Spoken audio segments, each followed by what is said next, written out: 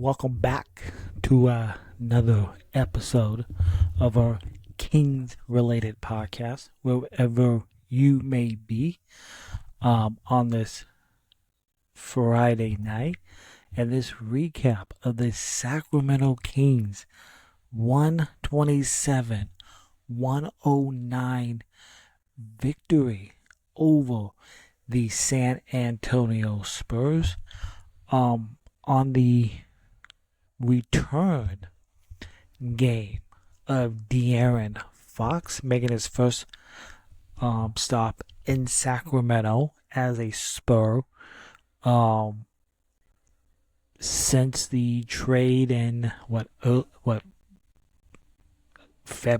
February or the end of January. But Kings fans, they welcomed back De'Aaron Fox on this Friday night at the G1C to some boos, but also lots of cheers and a mix standing ovation during the introductions of the story lineups for San Antonio. But the Kings weren't nearly as nice to Fox and his new teammates, because the Sacramento Kings pulled away like they should have done, and they handled their business tonight with the win. They are now 33-29 on the season, back to 4 games over 500. The Kings have now won 8 of the last 6 games. They are 5-1 in their last 6 games. And the Kings, with this win, they remain a game and a half behind the 6th seed in the West, which is currently occupied by the Golden State Warriors. And the Kings, they took care of business. You had an explosive offensive quarter for the Spurs, 35 points, but Sacramento still had the advantage. So the Kings took care of business in this game. So just absolutely incredible. Well, I think it was in that third quarter, the San Antonio, the third quarter, they got it down. The Kings had as much as a 27-point lead, and San Antonio, they got it down as much as 12. But I like how the Kings responded after each run San Antonio made. The Kings responded with themselves, and the best player on the floor tonight was Zach LaVine, who was on an absolute heater in this game. Zach LaVine got off to a slow start in that first quarter, but he caught absolutely in fuego in the second quarter, posting 16 of his 36 points, leading into halftime. And Zach LaVine continued to shine as one of the Kings' primary scorers, and he also added 4 rebounds and 3 assists in this game. And speaking of Zach LaVine, from beyond the arc in his last 6 games, 8 of 9 for 88%, 4 of 8 for 50%, 2 of 5 for 40%, 4 of 5 for 80%, 3 of 7 for 42.9%, and 7 of 11 for 63%. That is a total of 28 of 45 in that stretch of games in his last 6 games. Just absolutely incredible for Zach LaVine. And Jonas Valanciunas picked up his third straight triple double in this game in the start as the starting big man with Sabonis out and out for at least the next week or two with that grade 1 hamstring strain. And he earned his paycheck in all 3 of these games. And JV posted another double-double, 15 points, 12 rebounds, and also 6 assists in this game. And just speaking of JV picking up those 6 assists, JV had 6 assists in the other game against the last game against the Denver Nuggets. It is the first time in JV's 975 game career, regular season and playoffs, that he's had back-to-back games with 6 assists. So, what an incredible acquisition from Monty McNair in this front office, picking up JV at the deadline for much needed insurance, because it is a total upgrade with what the Kings had before. So just absolutely an incredible pickup at the deadline.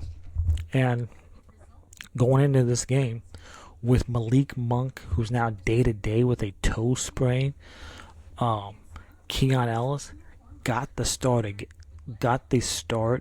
again tonight, and he was, for most of this game, he was matched up with De'Aaron Fox, and Keon Ellis, he picked up another start, and I believe he was on De'Aaron Fox, defending Fox for most of this game, and Ellis was physical, and he gave De'Aaron Fox absolute fits in this game. And Ellis, Keon Ellis, he is finding ways to stuff that stat sheet. Keon Ellis finished with 10 points, 3 rebounds, 4 assists, and 4 steals in this game. He is an absolute menace when it comes to the defensive side of the floor for the Kings, and it's only fitting to bring up the numbers. Post the All-Star break, the Kings have ranked 6th in defensive rating at 109.2, and since the All-Star break, the Kings are 4th in offensive rating, 121.1. That and they're third. The Kings are third in net rating during that span at a plus 11.8, only trailing the Cleveland Cavaliers and the Golden State Warriors. Keegan Murray. I thought Keegan Murray was solid in that game. He was phenomenal in that game defensively in the last game against the Nuggets. Offensively, he was not great offensively, but defensively, just absolutely phenomenal. Keegan Murray in this game was impactful in this game, both on the offensive end and the defensive end of this game. And Keegan Murray, he shook off that rough scoring night that he had the other night against the Nuggets, and he came out ready to fire away in this game against De'Aaron Fox and the San Antonio Spurs. Keegan Murray knocked down 3 of 7 from beyond the arc. On his way to, he had 19 points, 9 rebounds, and 2 blocks in this game. And DeMar DeRozan, who got fined, I believe it was $25,000 for his critical comments towards the officials in the last game. DeRozan got angry.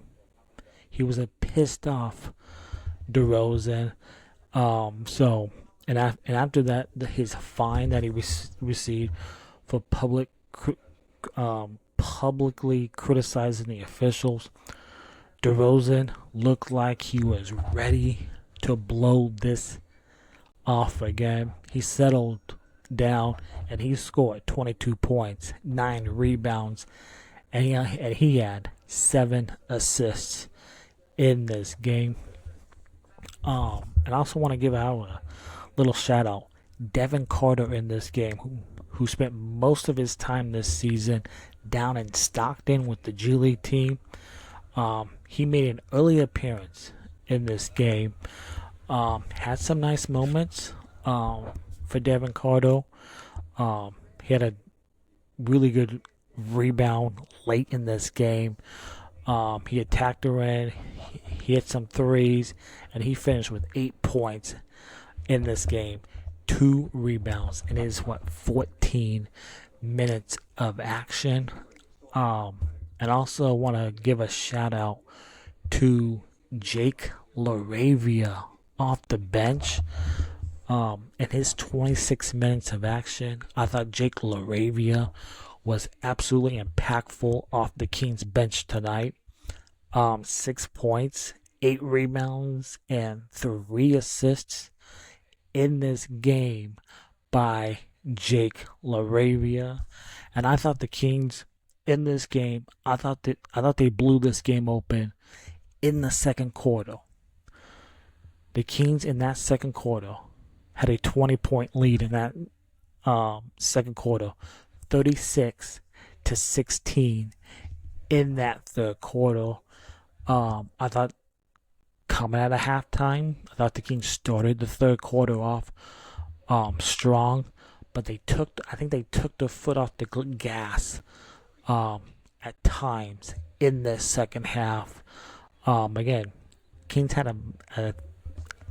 a lead as much as I believe 27. And the San Antonio Spurs in that second half, they got the Kings lead down to as much as 12. But I love how the Kings responded out of timeouts that Doug Christie would call. The Kings responded with their own run. They didn't let San Antonio get any sort of momentum, continue their momentum. Just absolutely incredible. Another thing that I really liked from this game, the Kings attacking the rim, crashing the boards. They dominated San Antonio on the boards, 51-36 in the rebounding total in this game. The Kings 31 assists also in this game. Offensive rebounds, they crushed San Antonio 16-9 on the offensive rebounds in this game. And the Kings, they took care of the ball tonight. 8 turnovers for the Sacramento Kings in this game. And with this being the return game of De'Aaron Fox in Sacramento, it was an emotional charged game. I don't think De'Aaron Fox played great shooting the basketball. He was 6 of 17 from the field. He did not make a 3, 0 of 6 from 3. De'Aaron had 8 assists in this game, 16 points, and 4 rebounds in his 33 minutes of action. But De'Aaron Fox, not a great shooting night for Fox in his return to Sacramento. But the Kings, you got to give the Kings credit. They came out and they handled their business like they're supposed to do. You got a San Antonio team who's behind you in the standings. So, Kings, you blow out the San Antonio Spurs. You got a Zach LaVine masterclass where he was the best player on the floor in the return of De'Aaron Fox. Fox was locked up on Ellis Island. And again, Kings winners of 5 of the last 6 games. Just absolutely incredible. As now the Kings, as I mentioned earlier, 4 games over 500, and the schedule does not get easier. So you just look at the schedules here with the other games around the NBA. The good news is the teams that were behind you, behind the Kings tonight, all those teams lost. Phoenix, they lost in overtime in Denver against the Nuggets, where Jokic is the first player to have a 30-20-20 game. Just absolutely incredible what Nikola Jokic has done in his NBA career. Future ballot Hall of Famer. Absolutely. You had the Portland Trailblazers who got blown out in Oklahoma City against the best team in the West, the Oklahoma City Thunder. And again, you got San Antonio. The Kings handled their business and they blew out the Spurs here in Sacramento. And then the teams ahead of you, Kings, they remain a game and a half out of that 6th seed, which is right now occupied by Golden State. The Kings' next opponent, the Los Angeles Clippers, they won tonight.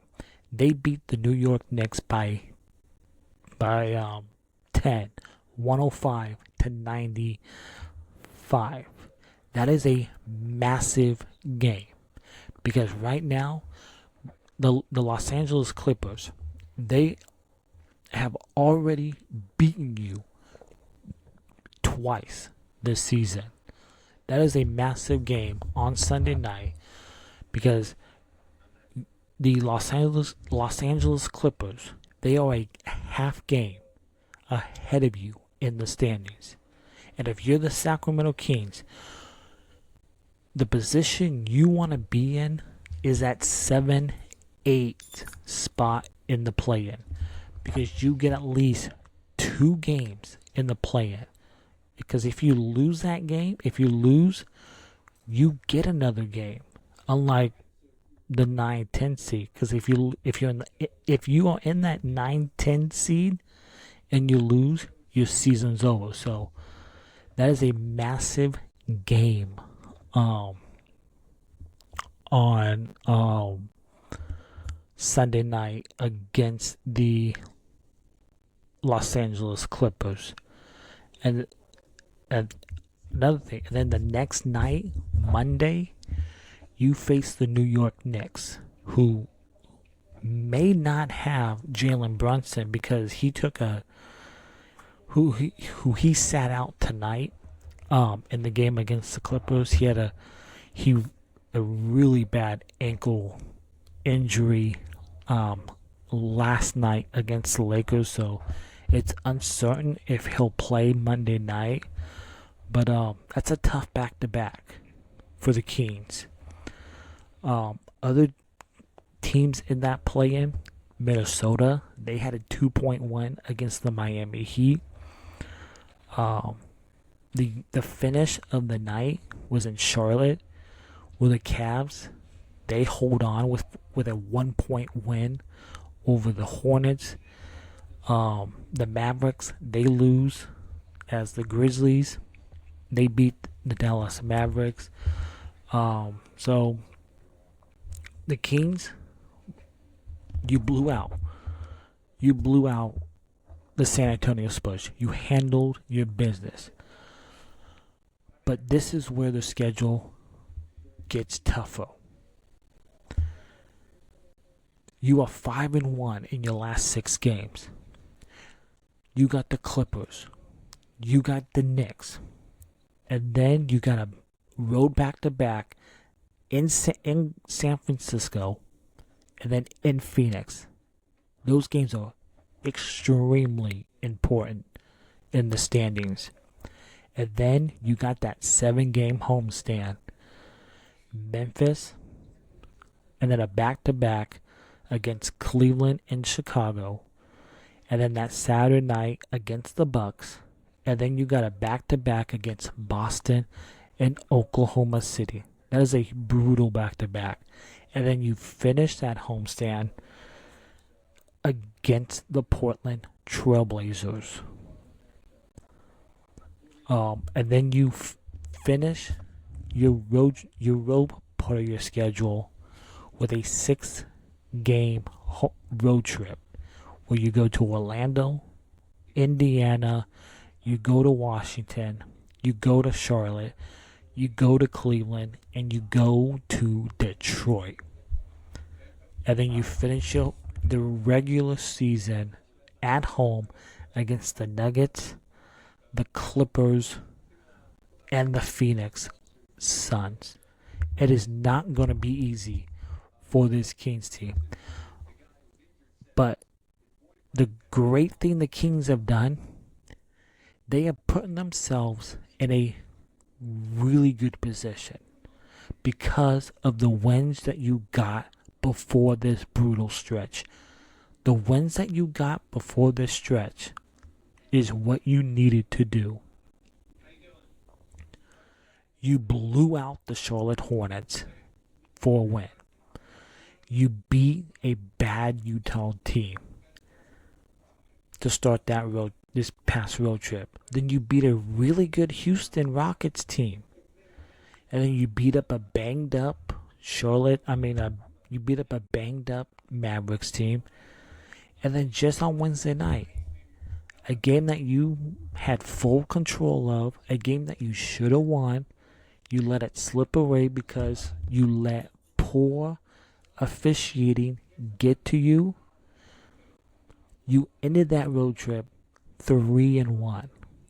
And then tonight, you handled your business against San Antonio and beat a not great Spurs team without Wemby. You are putting yourself in a great position as you enter this gauntlet of a schedule. The Kings have the second toughest remaining schedule this season. I want to see the Kings go at 500. Don't bury yourself. You are right now in 9th in the Western Conference. You're in that play-in. I want to see the Kings improve their position. Because I want to see the Kings go to LA and beat the Los Angeles Clippers. And we don't know the availability of Malik Monk. He's day-to-day with that toe sprain, so it would be nice to have Monk. But with the next 2 games in Los Angeles, and then on Monday against the Knicks, I want them to split those 2 games at best. So it is absolutely brutal, and enjoy the ride. Just enjoy the ride. Kings are now 4 games over 500 at 33-29 as they welcomed back De'Aaron Fox for the first time as a visitor with a loss. And the beam is lit and bright in the Sacramento sky. And now, buckle up, because it's not going to get any easier for these Sacramento Kings for the remainder of this season. So, thanks for tuning in to this episode of our Kings-related podcast. We'll see you Sunday night following Kings and Clippers. If you're watching on YouTube, please hit that subscribe button, hit that thumbs up, leave a comment down below in the YouTube comments. If you're listening on your preferred audio platform, Apple, Spotify, please hit that follow button, rate 5 stars, and leave a nice little review. Be much appreciated. And we're also available wherever else you get your podcast. And Kings win, light the beam, and we'll see you Sunday night following Kings Clippers. Go Kings.